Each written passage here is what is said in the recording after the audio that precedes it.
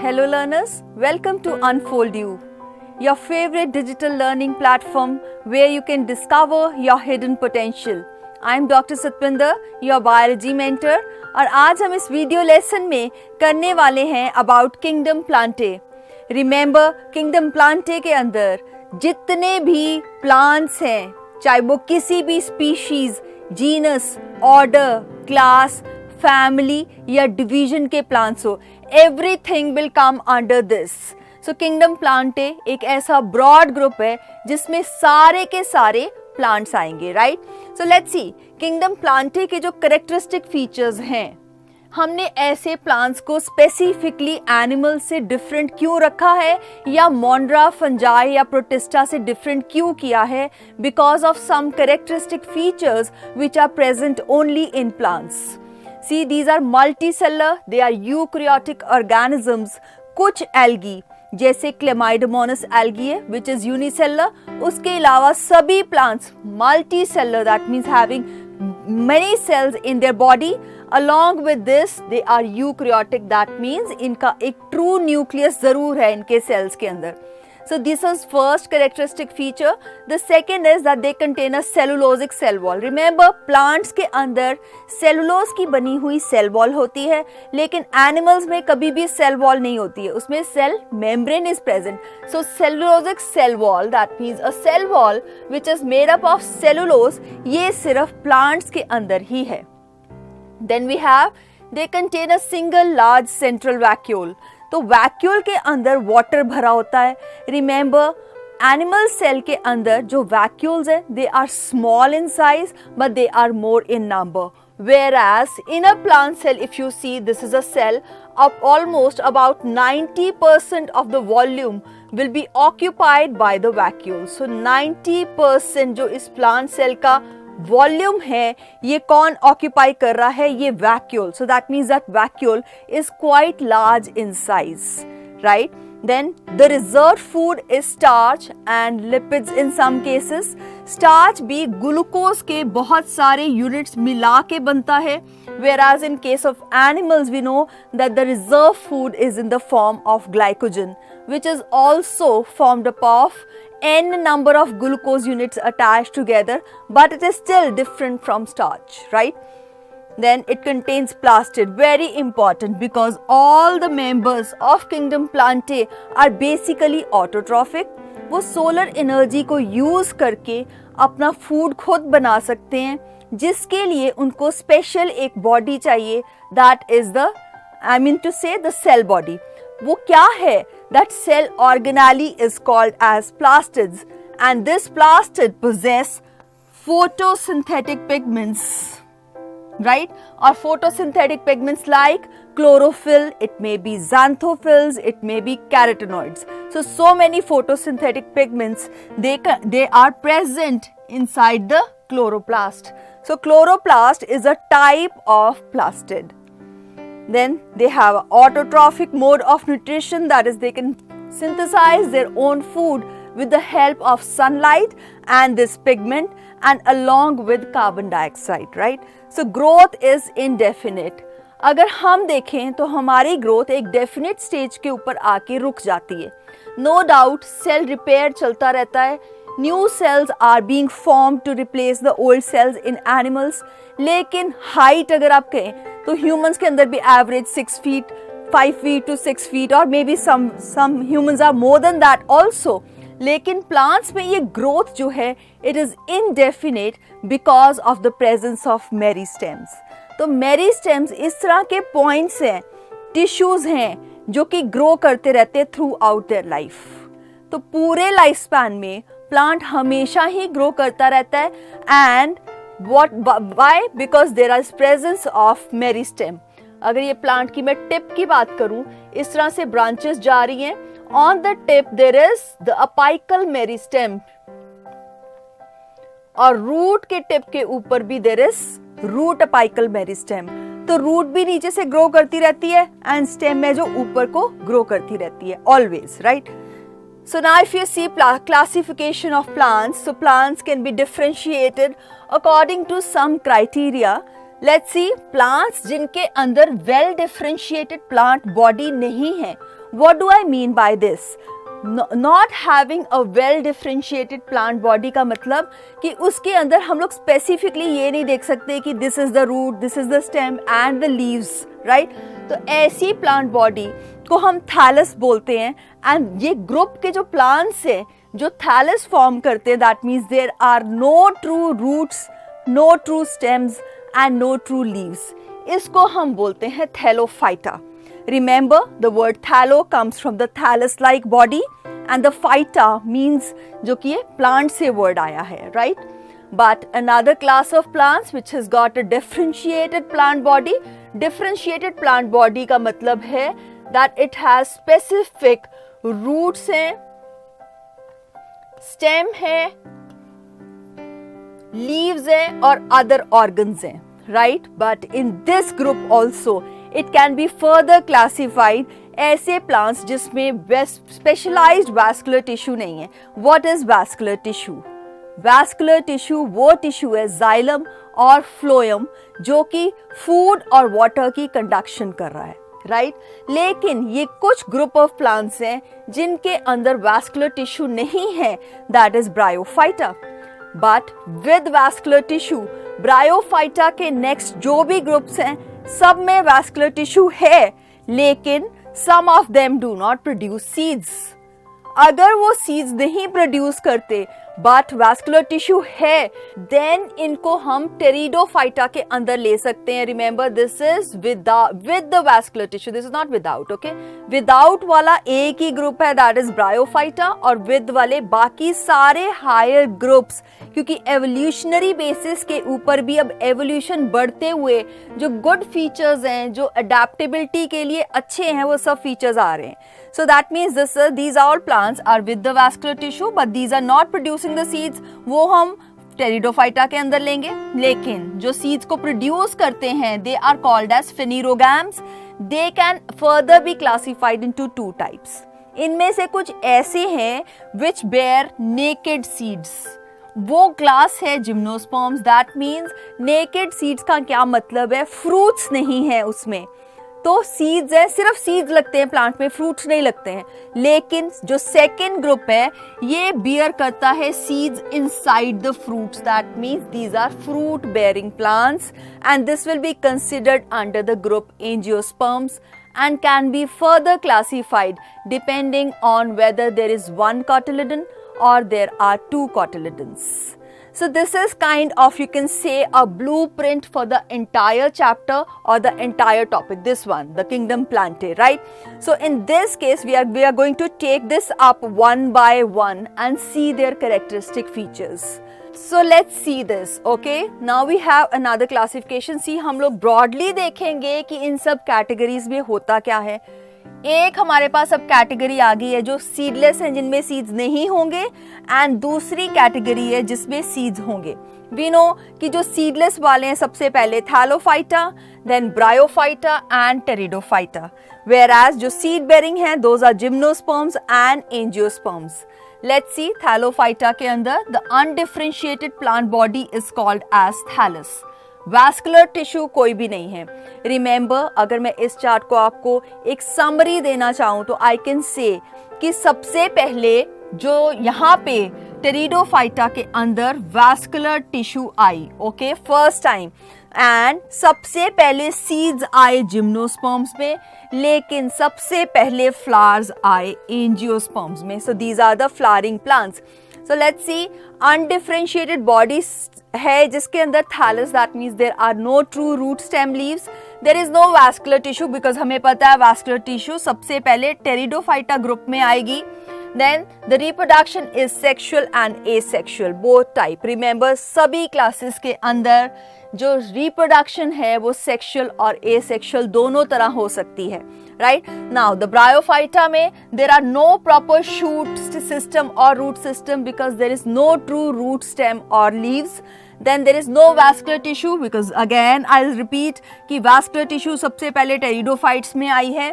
Pteridophyta के अंदर true root stem leaves भी आ गए, मैकेनिकल टिश्यू भी आ गई जो प्लांट को थोड़ा सपोर्ट दे सकती थी, एंड वैस्कुलर सिस्टम भी आ गया। वेराज जिम्नोस्पर्म्स में फ्लावर्स तो नहीं आए लेकिन सीड्स जरूर आ गए, ओके।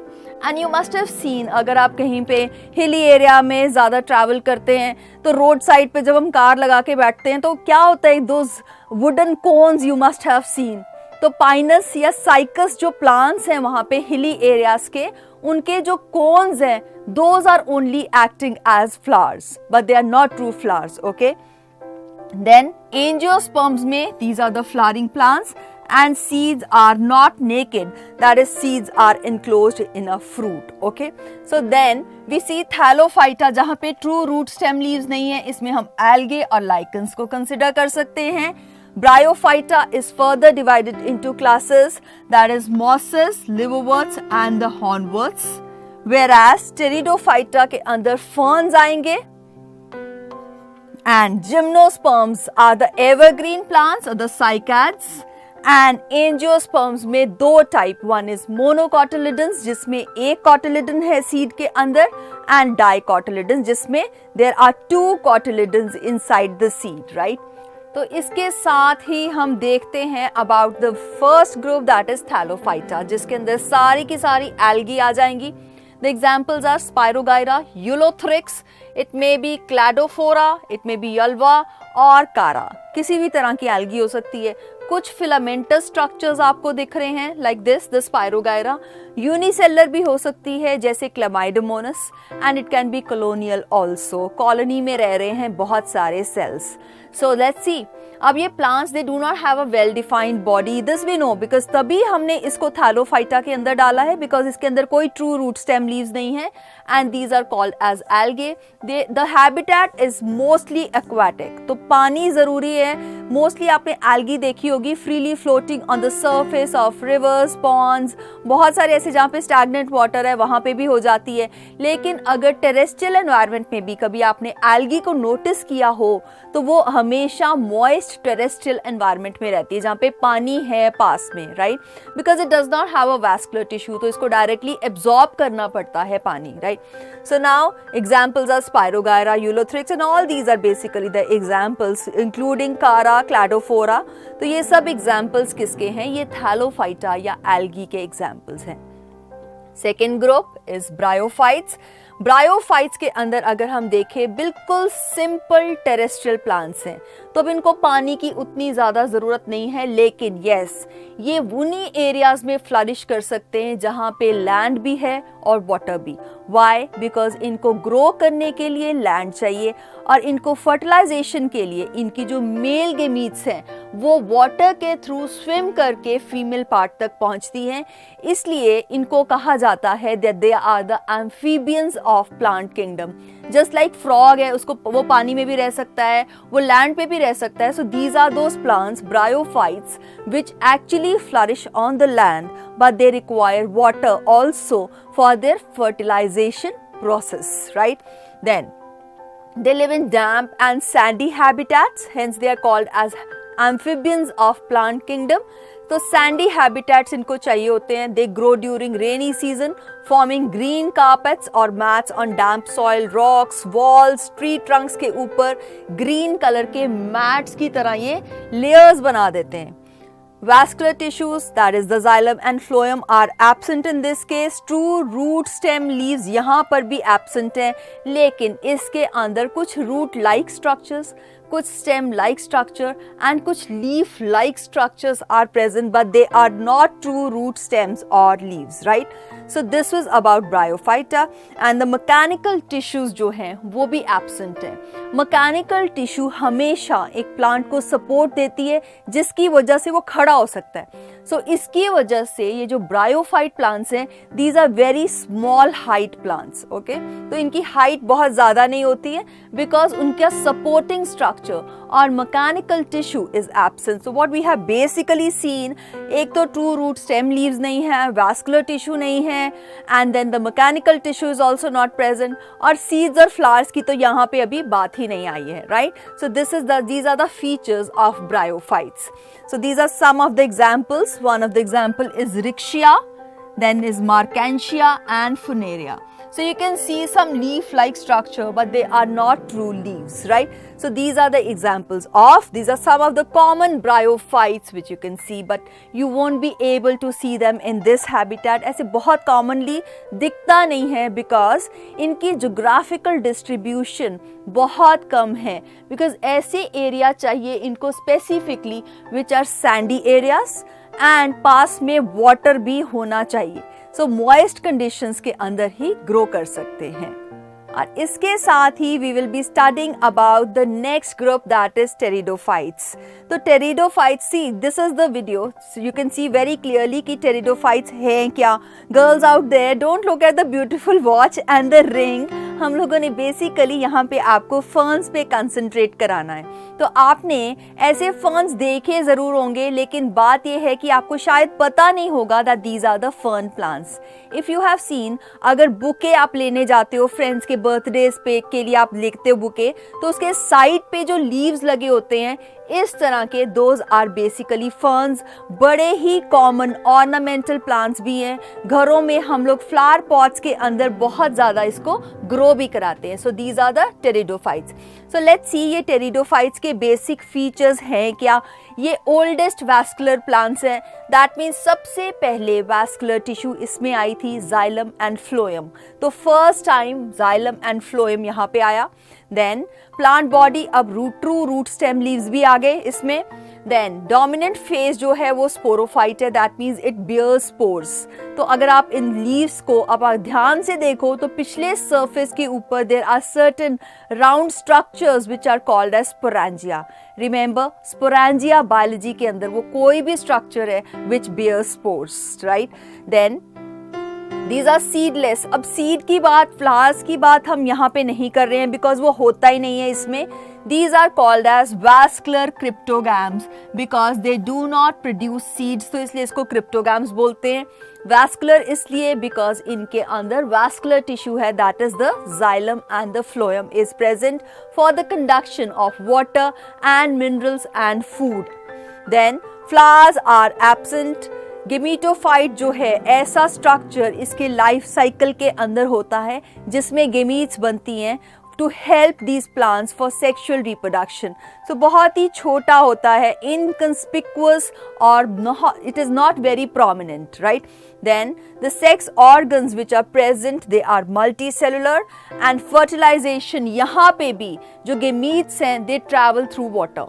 तो मीडियम जैसे ब्रायोफाइट्स में वाटर कंडीशन चाहिए थी, यहाँ पर भी वाटर चाहिए होता है, right. So it results in the zygote formation. You know that sexual reproduction के अंदर जो एंड प्रोडक्ट है, ठीक है, जो फाइनल प्रोडक्ट है फर्टिलाइजेशन का, that is the zygote which further develops into embryo, right. Then we have these pteridophytes. You can see Marsilia is one of the pteridophytes. You must have seen this. And the ferns, the common ferns जो मैंने आपको बोला bouquet के अंदर घरों में ornamental plants की तरह हम grow कराते हैं, right? The next class is the gymnosperms. So let's take a ride in the hills. Side पे आपको जो भी इस तरह के trees दिखते हैं, the tallest of the tree species, they fall under this group, that is the gymnosperms, right? तो बहुत अच्छा लगता है इनको देख के, है ना. और इस केस में आप देखो जिम्नो का मतलब क्या है. Why do we even call them gymnosperms?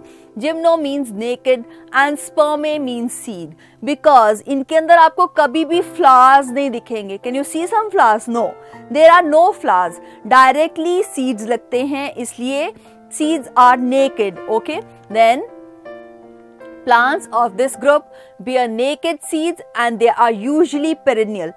Perennial plants वो plants होते हैं जिनका life span is more than 2 years. जैसे मैंगो का ट्री आपके गार्डन में लगा हुआ कितने सालों से लगा हुआ है, ठीक है ना.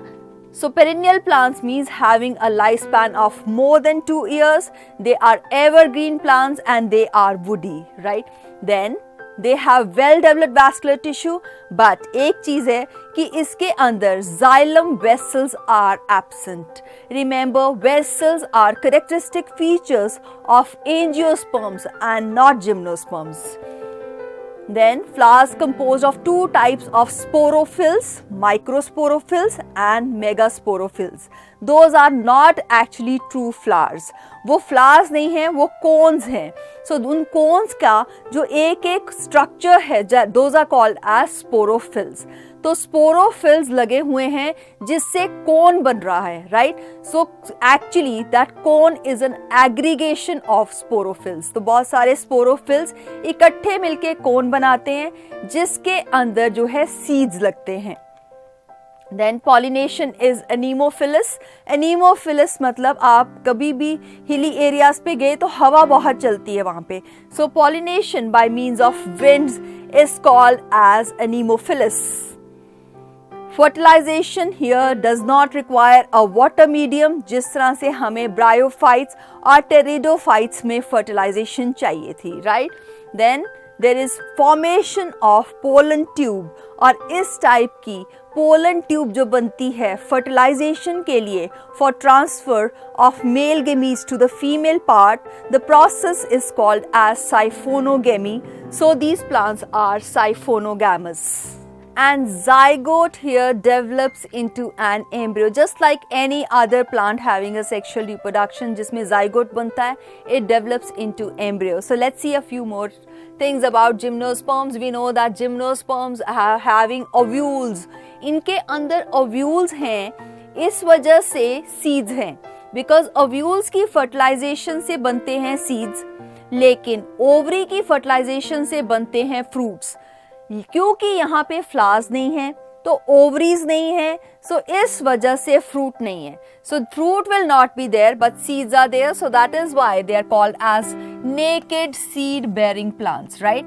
And then they are usually evergreen and woody. An example is pinus and the second example is cycas. You must have seen it very commonly, right. तो ये था about gymnosperms or the naked seed bearing plants which occurs in the hilly regions mostly.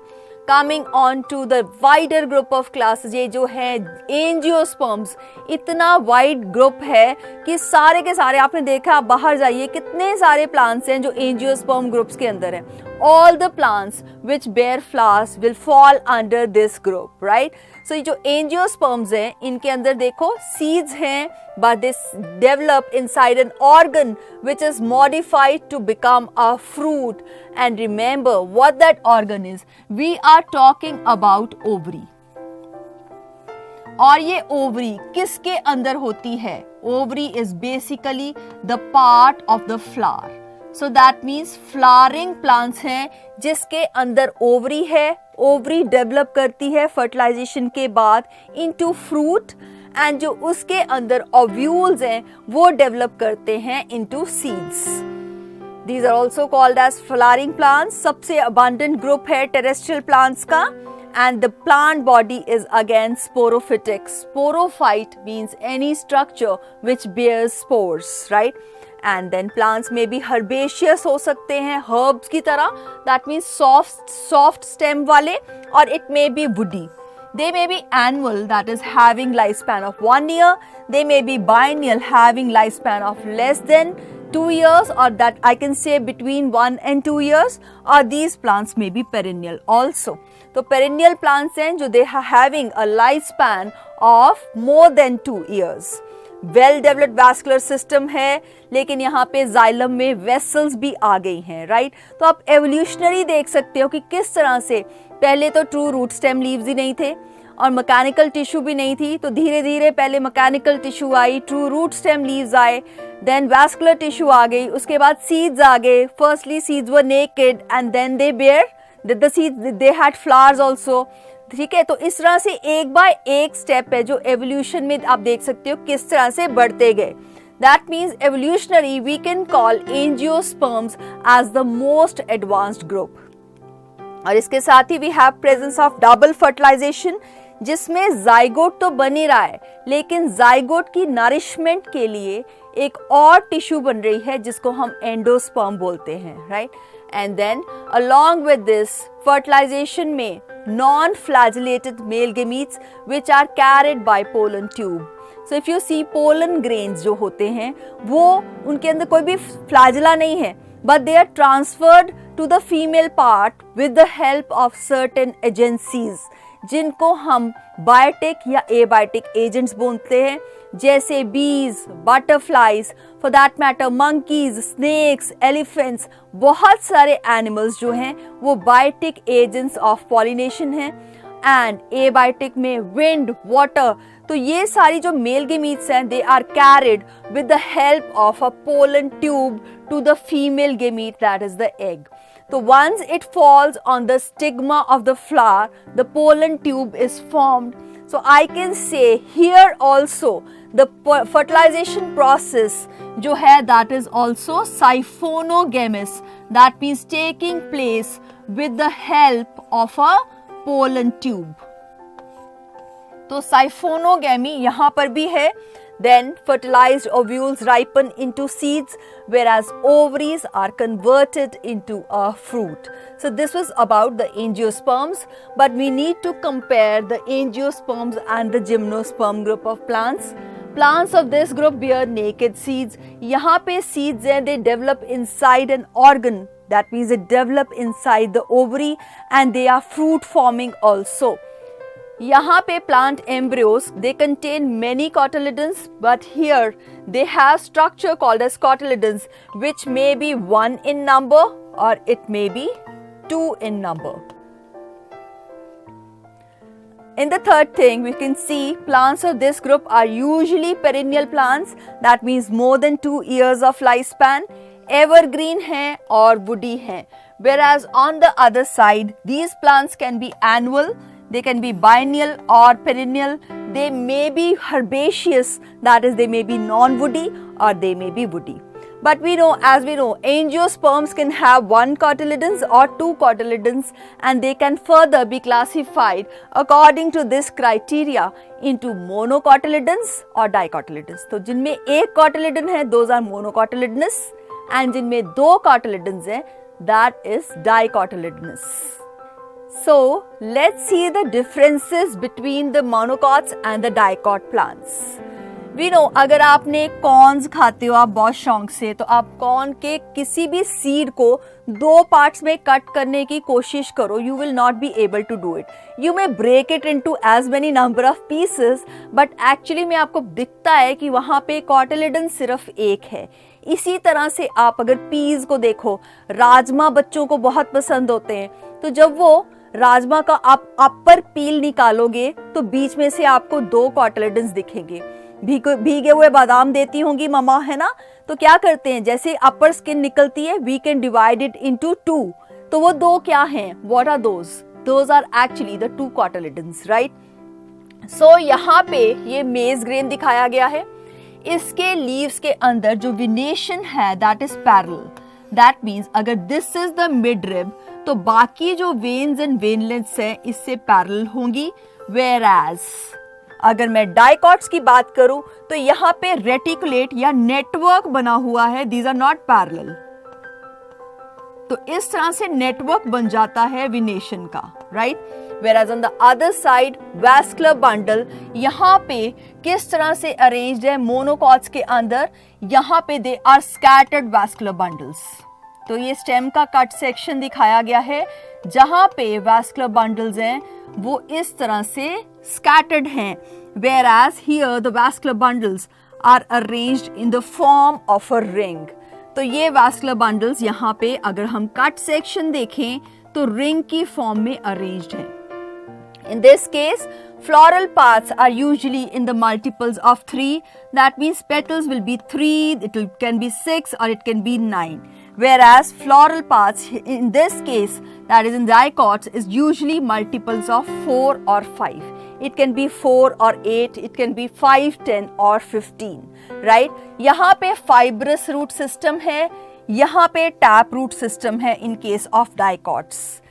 Garden में बैठे हुए कभी घास को उखाड़ा हो तो नीचे से you will find a bunch of roots. तो ग्रासेस बेसिकली मोनोकॉट्स हैं और उनके रूट्स इस तरह से फाइब्रस होते हैं. लेकिन टैप रूट सिस्टम में एक प्राइमरी रूट हमें इस तरह से दिखेगी और इसकी secondary branches, then the tertiary branches and then the smaller rootlets can be seen. तो ये होता है टैप रूट सिस्टम जिसमें जो प्राइमरी रूट है it can always be well seen. तो जितना मर्जी रूट सिस्टम बढ़ जाए तो जो सेंटर टैप रूट है that can be easily differentiated from the other parts, whereas it is not so in case of fibrous root system. So this was about the groups of angiosperms, that is monocots and dicots. So let's revise this a little. Which division among the plants has simplest organisms? Now if you see, जब मैं simple की बात करती हूँ तो सबसे simplest thallophytes हैं, क्योंकि ना तो उनमें फ्रूट्स हैं, ना सीड्स हैं, ना उसमें मैकेनिकल टिश्यू है, ना वैस्कुलर टिश्यू है. So that will constitute the simplest of the group. And इसमें हम एल्गे या लाइकन्स का एग्जाम्पल दे सकते हैं. Whereas, how are angiosperms different from gymnosperms? So there are various criteria. Angiosperms के अंदर डबल फर्टिलाइजेशन है, जिम्नोस्पर्म्स में डबल फर्टिलाइजेशन नहीं है. Gymnosperms are usually they are perennial, whereas angiosperms can be annual, biennial or perennial. Gymnosperms are woody plants, whereas the angiosperms can be herbaceous or woody, both of these. Okay, so angiosperms के अंदर अगर हम देखें वहाँ पे flowers है, these are non-flower bearing. वहाँ पे जो seeds हैं angiosperms में, they are enclosed inside the fruit, whereas in gymnosperms the seeds are not enclosed inside the fruits, right? So write two differences between monocots and dicots. The first difference is that monocots have got only one cotyledon. The dicots have got two cotyledons. And the second difference you can write about any of those, but one thing is that you can write about the parallel venation present in case of monocot plants, जहाँ पे midrib से parallel होती हैं उसकी veins, और reticulate venation in case of dicot plants, जहाँ पे parallel तो नहीं है but there is a network of veins and veinlets which you can see. So today you should just go out in the garden and search for some monocot and dicot plants depending on the features which you have studied today. So with this, we have finished with Kingdom Plantae. In the further video lessons, we'll be taking up further topics of the chapter. Till then, keep learning, keep sharing. Thank you so much.